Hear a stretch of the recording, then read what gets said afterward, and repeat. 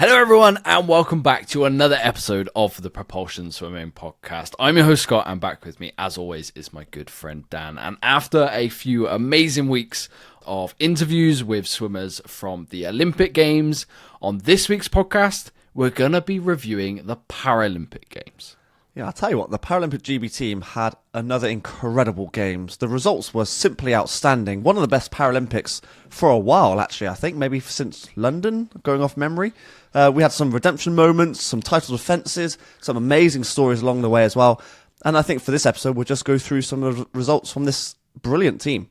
Yeah, absolutely. So me and Dan are going to chew the fat, discuss the Paralympics, the results, the swimmers that everyone now should be very familiar with. If not, circle them because there are some big names for the future that have already left their mark on the Paralympic swimming scene.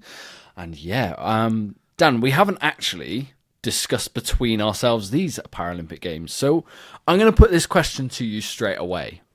Was this potentially one of the best weeks of British swimming history?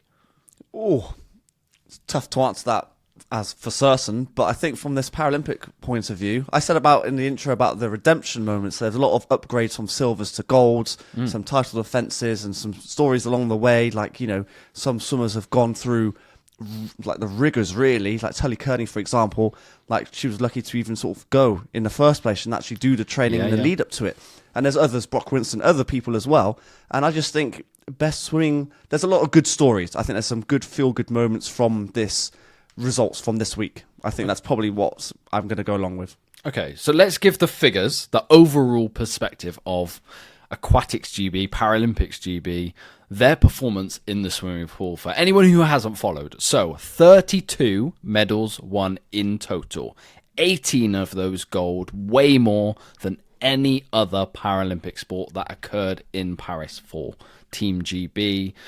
Second in the medal table, only to China, who were top with 22 golds. In swimming terms, look, Aquatics GB, the setup that they've got for the Paralympics, for the para swimmers, I'd say is almost second to none in the world. There are opportunities galore for these swimmers to do well. They're looked after incredibly well in this country, and it's great to see them all thriving. And what you know, the thing is, they're all young. A lot really of them are teenagers. Iona Winifred obviously is only 13, so she's got many years to go. And that's I suppose the beauty of it, because they're achieving now and not really, I suppose, at their prime or their peak. So it's exciting for the next Olympic cycle, certainly. Okay, so let's go through some of the names who really impressed last week in Paris. I'm going to kick things off with the flag bearer of the closing ceremony, Poppy Maskill, S14 swimmer. She sets a world record and gold in the 100 meters butterfly to kind of get the week rolling for GB, and a great swim as well, a 103. Yeah, it was a massive swim, 103. The previous world record was actually an equal world record, I think. It was Olivia Newman-Baronius for GB and then another swimmer as well.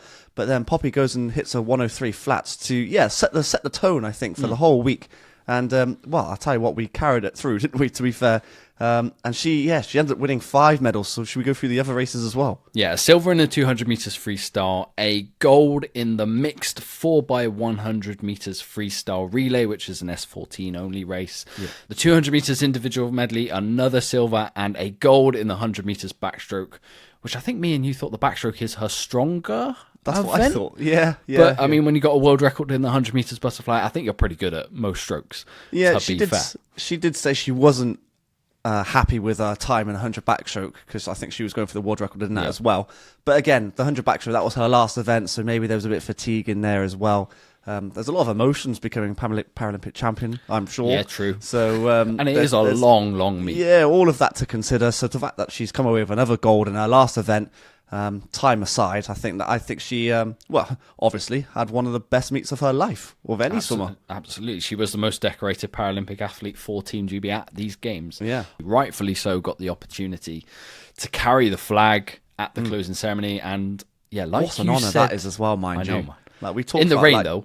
Yeah, we talked about Dan Whiffen missing it for his Olympic for Ireland, and then Poppy does it for Paralympic GP. That doesn't get much better than that, surely. Absolutely. And you said literally in this introduction, as before we got into speaking about each swimmer, there's teenagers in this. Poppy is still a teenager. Yep. She is just getting started. And I think we'll see a theme going through that the S14 swimmers are a really impressive classification for Paralympics GB. And yeah, and especially after results like this, we've only just talked about Poppy. Now we've got loads more plenty to go. more swimmers to go through. I mean, if they don't get the attention that they've got now after this massive medal haul, beating America, I mean, that's massive, then I don't know what to tell you.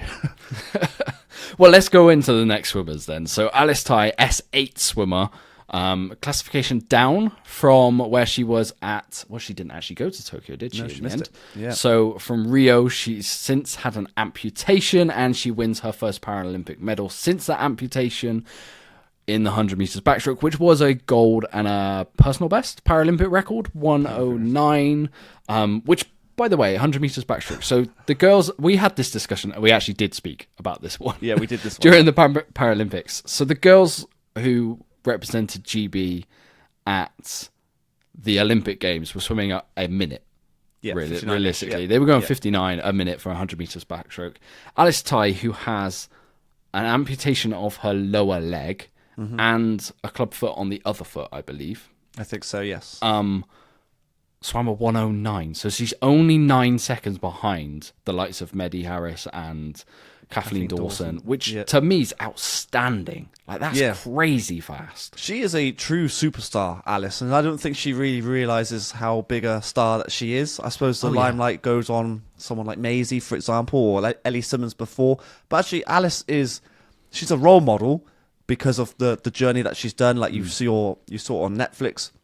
And she missed Tokyo because of injuries, and then she had that amputation as well. So the fact that she's come through this adversity to then come to Paris, not only win gold, but 2 golds, more medals than most apart from Poppy. Paralympic record in her first race as well. I mean, and the 400 free as well was quite a good race as well. Like she was racing Jessica Long. There's some legends that she's racing.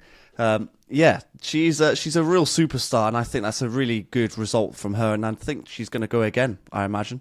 I'd hope so. Like, we've spoken to her around a poolside, and we saw her at British Champs, and she's got this life away from swimming, which almost helps her come back and like be mentally recharged and actually not think about what's going on in the pool. But in the pool, she's genuinely incredible. Yes, like an incredible swimmer. If anyone gets a chance to go watch her swim, do it.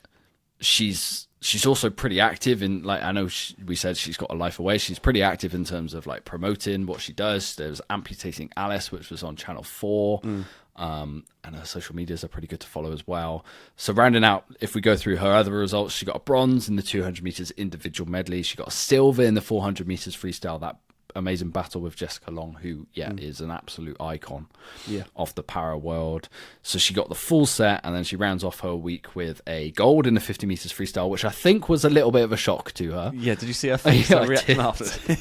And a bronze in the 100 meters butterfly. So just like Poppy, she got 5 medals. Poppy obviously got more golds. Yeah, but an incredible, outstanding. Like, it just to put to bed, obviously there was disappointment that she missed Tokyo. To put that to bed and come back and have this sort of a meet is, some going. Yeah, she says she doesn't actually like racing a 400, but I don't know why she actually swam the channel, and I think she said that it helps her with the event, which I thought was quite interesting. But yeah, she's more of a sprinter, which is where the 53 came in and the 100 backstrokes. I mean, she's able to do all the strokes. If you look at all of the races she's just done, 200 IM, 100 back, 53, 100 fly, 400 free, she can do the job lot. Yeah. And so, yeah, she's a very exciting swimmer to keep our tabs on, definitely. Well, maybe it's the mindset of swimming the channel, comparing it to the 400 free is why I never got on with the 400 free. It was way too long for me. I don't think you'd ever understand that, would you? No. Well, I've never swum the channel, so I've no idea. That takes a long time, mind you. Oh, well, maybe actually at the end of this podcast, we'll have a little bit of discussion about some content that's come out recently, which has been really, really good. Yeah. Another S14 swimmer who really impressed, Will Ellard, world record in the 200 meters freestyle, which, by the way, was bonkers. In my opinion, it might have been one of the best British swims this week. A 151.3, knocking a second off the previous world record, which we thought was nuts that he equaled at Aquatics GB Yeah, champs heading into these games. For him to do this at a Paralympics and just, well, it wasn't trounce in the field, but it was a body length. It was a strong enough win, wasn't it? Yeah. Definitely. Second, that was Reece Dunn's world record. And at the time, we were like is it anyone's going to get that? 152 mid, something like that, I think it was. Yeah, 152.9. 144, I think, yeah. Yeah, man. And then he goes 151.3.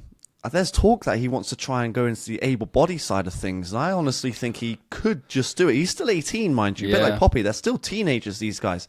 So he's got I don't want to say every chance, because there's a big drop to be had here. I mean, 151 to our top guys going 144. That is a drop. But if you're 18, another 4 years for another Olympic cycle, Paralympic cycle, then you never know what can happen. But he's strong. He's very strong at his Paralympic level. And whether he has a dabble in the able-body side of things, then we'll keep tabs on that as well. That would be some achievement. It would, yeah. So his other medals from Paris was a silver in the 100 meters butterfly and a gold in that 4x1 mixed freestyle relay for the S14s. Yeah. Maisie Summers-Newton, S6 swimmer, who is the stalwart of... Stalwart? She's still only like early 20s. That's very early for me to say that. Who has taken up the mantle very nicely from Ellie Simmons in the S6 category. She wins. It's kind of the blue ribbon event now. The S6 200 meters individual medley, probably thanks to the likes of Ellie Simmons in this country. She retains that title from Tokyo and also wins gold in the 100 meters breaststroke, bronze in the 400 meters freestyle. Impressive week for... I mean, we expected nothing less really from Maisie, which is some statement given the swimmers in that classification. Yeah, S6 is a strong classification, but Maisie is just... I was going to say head and shoulders. I think she's the world record holder in the 200 IM. She's just got the Paralympic record in the 100 breaststroke. She's going quicker than what she did in Tokyo, especially on the breaststroke. I don't think of the 200 IM because it wasn't a world record, of course. And then the 400 free to top it all off, just to add another bronze to the collection. She is, I think the stalwart is probably the right thing to say. Which is nuts. Yeah, and she's, again, early 20s, mid-20s now. Definitely got another cycle in her. But she started so young. Like, I think she was, again, very early teenage years, and that's the reason why she's as popular as she is, I suppose. But, I expected no less for her to retain her title, especially in the 200 IM. A bit like Alice as well. She talks really well with the media. Very much so, She's very much this, like, face of Paralympic swimming. Yeah. Aquatics GB's full of them now. Like, we're going to go through some more now, and they're names that you need to get to know over the next few years for sure. Yeah. Tully Kearney, S5 swimmer. Now, she had one of the most interesting journeys to this Paralympic Games, because you look on paper, 200 meters freestyle gold, 100 meters freestyle gold. Upgraded the 200 meters freestyle from a silver in Tokyo to gold, and then retained the 100 meters freestyle. Looks like straightforward swimming. Fully professional job. But a year out from these Paralympic Games, there was genuinely a thought that she might not get here because of a concussion that occurred in training. She's made the change over as well from the Manchester performance base, where so many of these Paralympic athletes are based. She took a risk, we spoke to her on this podcast, over to Loughborough, which was an environment she felt a lot more comfortable at. Everything seems to have paid off in the background of what felt like, I'm sure to her, quite a hectic build-up. But a simple games on paper. Yeah, she told us all on the podcast, and she was dealing with that concussion that you were saying, and along with that, it was mental health issues as well. The fact that she did her two main races and came away with 2 golds, and I think... I tell you what, the scheduling for those two was weird as well. Oh, the turnaround is back-to-back days. Yeah, I didn't like free that. And a 200 free. That is tough. I'm not sure why. When you've got like a 10-day competition, can you not spread those two with the same classification out a little Very bit? strange. Question for you then. So she's obviously defended her title in the 100, upgraded silver in the 200. Which one do you think would be better for her psyche, let's say? Is it the upgradation or the defension? Is it the upgrading or the defending of a title? I probably think that upgrading. It does. Personally. Yeah. I agree. Oh, I don't know. Maybe we need to speak to someone who's done this. Yeah. We'll have to speep to... Sorry, we'll send her a message or something. But yeah, I understand the whole upgrading, because you think, well, I've done it. I've actually, like, you had a little bit of a lull or something like that. If that's the right word. Or it gave her the confidence as well for that 100 meters freestyle. Which very much so. Yeah. But it's always nice to defend your title as well 2 times in a row. Then hopefully maybe a 3rd time, but we'll see. But it was not an easy couple of months for Tully, but I'm super happy that she's come away with 2 golds. Absolutely. Now, Stephen Clegg, another swimmer who's come onto this podcast, he did upgrade all of his medals from Tokyo in the S12 category, which is visual impairment. He set a new world record in the 100 meters backstroke in a 59 flat and won gold as well in the 100 meters butterfly. Dan, we had him on the podcast straight after the British champs. We did.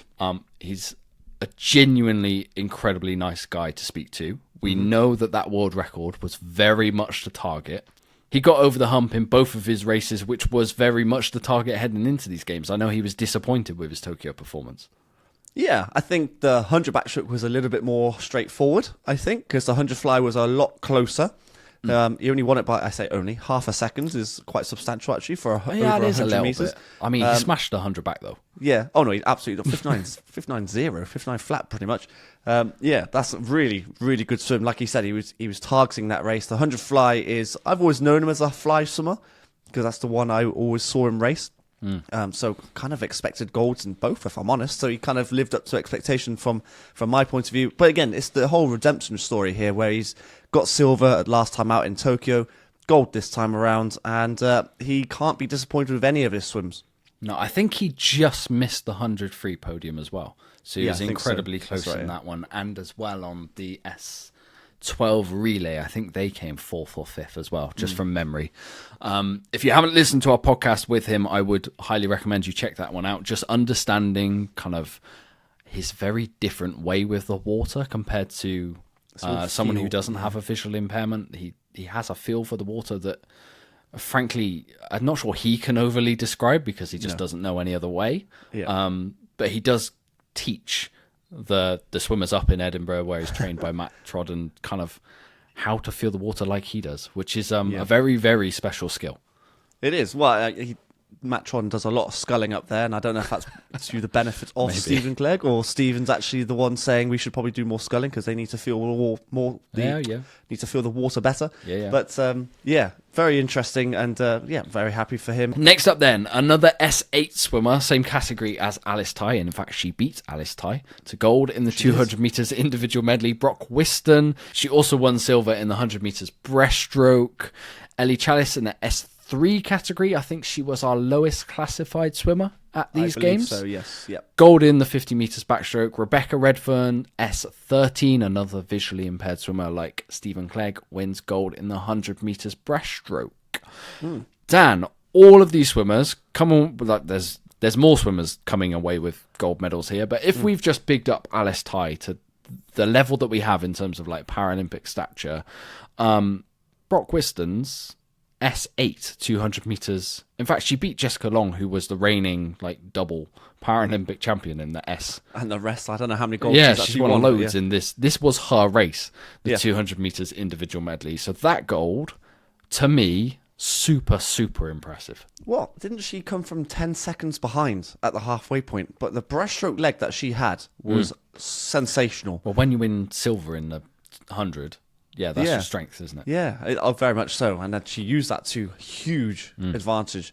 And came away with a gold in the 200 iron, beating some of the best S8 swimmers ever. Like, Jessica Long is definitely probably the best Paralympic swimmer ever, if I'm honest. Ooh, maybe. There's some amazing Brazilian men swimmers. There is. I know there's some more swimmers that have just come to mind, but Jessica Long has won a lot of medals. Incredibly high profile. Up there. And the fact that Brock has done that on debut, mind you, she didn't go to Tokyo because of eligibility, and she didn't have a category. There was a lot of mess up with all that sort of side of things. But that was a big win, that 200 IM. And then that was her second race, actually. The 100 breaststroke came first. And that probably gave her the confidence, actually, after you winning your first Paralympic medal, to then go into, I don't know if that's her main event, actually. The 100 breaststroke was probably her main event, but the 200 IM, she must have been flying with confidence to come away with that medal. Yeah, I've literally just done a fact check, and Jessica Long has won the 200 meters IM since Beijing. So she won 4 straight. Wow. And then Brock comes along and Wow. There you go. Yeah, that's an amazing race. And actually, Ellie Chalice in the 50 backstroke was also, that was an amazing race as well, because she dominated throughout, actually. Lifetime best, nearly 5 seconds ahead of the nearest competitor as well. So, she kind of backs up because she did a lot of medal winning at the World Champs last time out. Yeah, she doesn't get so many opportunities that's here. The problem, yeah. So she won, I think it was 6 medals at Worlds, and then she only has the opportunity to, well, she doesn't race as many of those. And then the 50 back was one of them, and she won gold in it. So it's a kind of a shame that she can't do more events. But I know with scheduling, there's so many categories, and it'd be a mad. Well, the Paralympics is already quite a long show, and you don't want to make it any longer because then it goes on a bit too long. But Ellie Chalice was a very good swimmer in the 50 backstroke as well. Yeah, she missed the podium in the other race she got to race, which was the 100 meters freestyle by just less than 4 seconds. Yeah, it's a kind of a shame that the lower classifications don't get as much of a program to race. Yeah. Because, like you said, at World Champs, she just crushes. Yeah. And then Rebecca Rudfern, another great story, because she gets, like we said in the intro, there's so many redemption arcs in here, because she was second at the last 2 Paralympic Games. Finally, and she had to wait kind of all week for this one. She was one of the last ones to get her gold medal. Finally gets on top of the podium in the 100 meters breaststroke. Yeah, I mean, she finally gets her gold after two Paralympics, like you say. Can you imagine getting silver again for the second time in a row after you try and get that gold, and then suddenly you finally get it the third time of asking? Must be a very, very nice feeling. Then you hear the national anthem on the top spot as well. Yeah, and she actually got to share these games with her brother as well, I believe, Matthew Redfern, who raced alongside her. Both of them train actually just down the road from where I live. They train at Worcester. Okay, 2 more Tokyo redemptions. I don't want to bang on that drum too much longer. There's so many, though. There is so many. Louise Fidesz upgrades her 100 meters breaststroke silver to a gold. She is an S14 swimmer, and she also won bronze in the 200 meters freestyle. That is an incredibly tough race to medal in. Competitive, isn't it? Very, very competitive. And Grace Harvey in the S5 classification. She only started swimming breaststroke, I think, 2 or 3 years ago, I think in the lead up to the Tokyo Olympics. She upgrades her Tokyo silver, of course, to gold in the 100 meters breaststroke. So 2 girls, both getting golds in the 100 meters breaststroke, both upgrading silvers. This is the progress that we like to see. Yeah, very much so, very much so. Grace Harvey actually used to be a backstroke specialist. So, to go from that into a breaststroker is actually a pretty amazing feat, if I'm honest with you. Yeah. Almost a second behind the leader at the 50, so she had a very strong back end on that final 50. And then Louise Fidesz, even though the breaststroke was obviously the biggest highlight with upgrading from Tokyo, but the 200 free in the S14 category is so competitive that she did really well to get a bronze there. We seem to do really well, both on the able-body side and the para side at the 200 free. Yeah, I don't know how we do it, but we do it very well in this country, to be fair.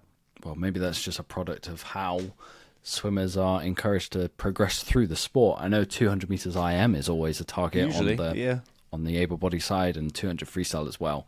It's just a product of kind of maybe the British Aquatics GB system that's in place, trying to get swimmers to progress through the sport. Yeah, maybe almost like role models, if you like, and success breeds success, doesn't it? And okay, some new time results. We've got so many swimmers here. Like we said, 32 medals in total. So we'll fly through these. Faye Rogers, S10, 100 meters butterfly gold medal in that one. She, I think, has a very big future in this sport. Very much so, yeah. She's only just getting started. Rhys Darby, S14 swimmer. He won gold as part of the 4x1 mixed freestyle relay that we've already spoken about. He also won silver in the 200 meters individual medley. He was joined on that relay along with Will Allard and Poppy Maskill that we've already spoken about, with Olivia Newman-Baronius, who also won bronze in the 100 meters backstroke, and Callie-Ann Warrington, S10 swimmer, silver in the 100 meters butterfly, and Mark Thompson, S14, another amazing S14 swimmer, bronze in the 100 meters backstroke.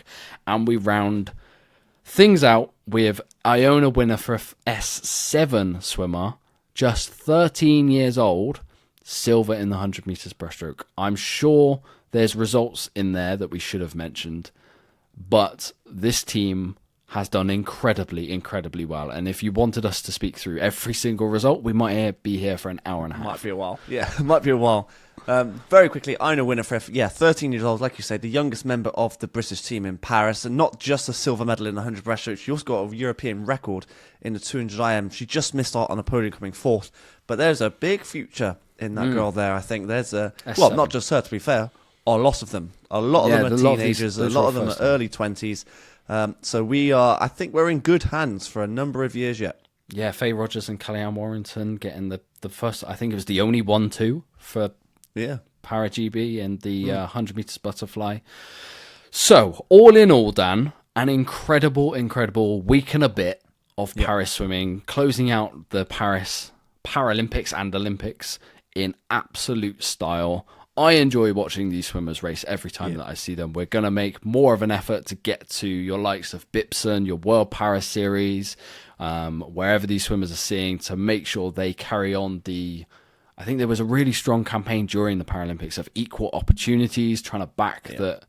Flying the flag almost, yeah. Yeah, but I think they've literally just launched a campaign to the Prime Minister trying to get more opportunities for disabled children within schools, because I think like only 1 in 4 have access to PE lessons that are really suitable for them. So absolutely we throw our weight behind that and make sure that on the Propulsion Swimming channel and all things that we do, that we keep raising awareness, because this squad is very good, and it will continue to be very good for the foreseeable future. Honestly, I think when LA comes round, I'm expecting now, based off this, that we're going to get even more medals. Yeah, no pressure, guys. But honestly, this team is super strong. A couple of world records that we've mentioned, so many gold medals, even more medals on top of that. We've always said from the get-go that the Paralympics team is better than the able-bodied side. They're really... They really are extremely good. To beat America, like we said at the very beginning, is a massive milestone. So we were challenging China, to be fair. We were only like four golds away from them. Yeah, on the final day going in, we were only 1 behind. Yeah, it's amazing, isn't it? Amazing. Yeah. So, watch out for this team. Let's give these guys a bit of attention, because they are superstars. Me and you have a tough task whittling down our end-of-year shortlists and trying to decide who are the 3 that we put forward for Para Swimmer of the Year from Propulsion Swimming. We'll have to put it down to be hard. We'll put it down to some votes and who gets the top 3 votes in terms of percentages, I guess. But yes, it's a good thing. That's a good problem to have. It's a very good problem to have. Yeah. Okay, so that is just about the end of this podcast from Propulsion Swimming. Little bit of housekeeping. If you've got to this point in the podcast, we thoroughly appreciate you joining us. We thoroughly appreciate you joining the chats that me and Dan have. But over the next few weeks, we've got some amazing interviews coming up with some renowned coaches in the world of swimming, and some coaches and some programs that in British swimming maybe need a little bit more of attention that hopefully we can provide. And actually learn a little bit more ourselves, because we always love to learn from the coaches of some of the best swimmers, some of the best clubs in this country. We enjoy having those conversations. What I would say is, we've spoken on this podcast that we've now got a little bit more time invested into propulsion swimming because of the leap we took before the Olympic Games. So we have a bit more time and more commitment in terms of communicating and interacting with the audience of this podcast. So there is a Propulsion Swimming Podcast Facebook group, of which we are going to, it's a private group, so request to join if you haven't already. We're going to be opening up the conversations in there ahead of podcasts, so that our regular listeners, the ones who get to this point in the podcast every week, can essentially put questions to upcoming guests. You can find out who the guests are going to be a little bit earlier, ahead of time. We want you guys to be as involved with this podcast as possible, because essentially these conversations are as much for us as they are the listeners of this podcast. Absolutely. We try and build a community, and we've said that from the very get-go, and we want you to be involved just as much as we get involved. We learn just as much as you guys listening in as well. So, we'd like to get you involved, ask your questions, because sometimes you guys might have better questions than we have, for example. So it'd be good to get a wide range of questions, I think, on different topics as well. Absolutely. And if you're not on Facebook, you can always drop us an email. That's linked all over our social medias. Just send over one there. We're happy to interact. Like we've probably been pushing quite hard over the last few years to really grow, and maybe the community side of things has slipped slightly. So we're kind of leaning into that over the next few months quite hard. Yeah, definitely. Okay, so that just about rounds up this week's episode of the Propulsion Swimming Podcast. If you haven't subscribed already, please do so on YouTube, Apple Podcasts, and Spotify. Get in touch if you've got any questions for some of our guests coming up in the near future. Join the Facebook group if you want to know who they are. And me and Dan will see you guys in 7 days' time. Yeah, thanks for listening, everyone, and we'll catch you on the next one. You've been listening to the Propulsion Swimming Podcast with Scott and Dan. We want to thank you for joining us and invite you to subscribe to the show, as well as checking out the Propulsion Swimming YouTube channel for weekly tutorials and videos to get your swimming fix. We will be back next week. Until then, we'll catch you on the next one.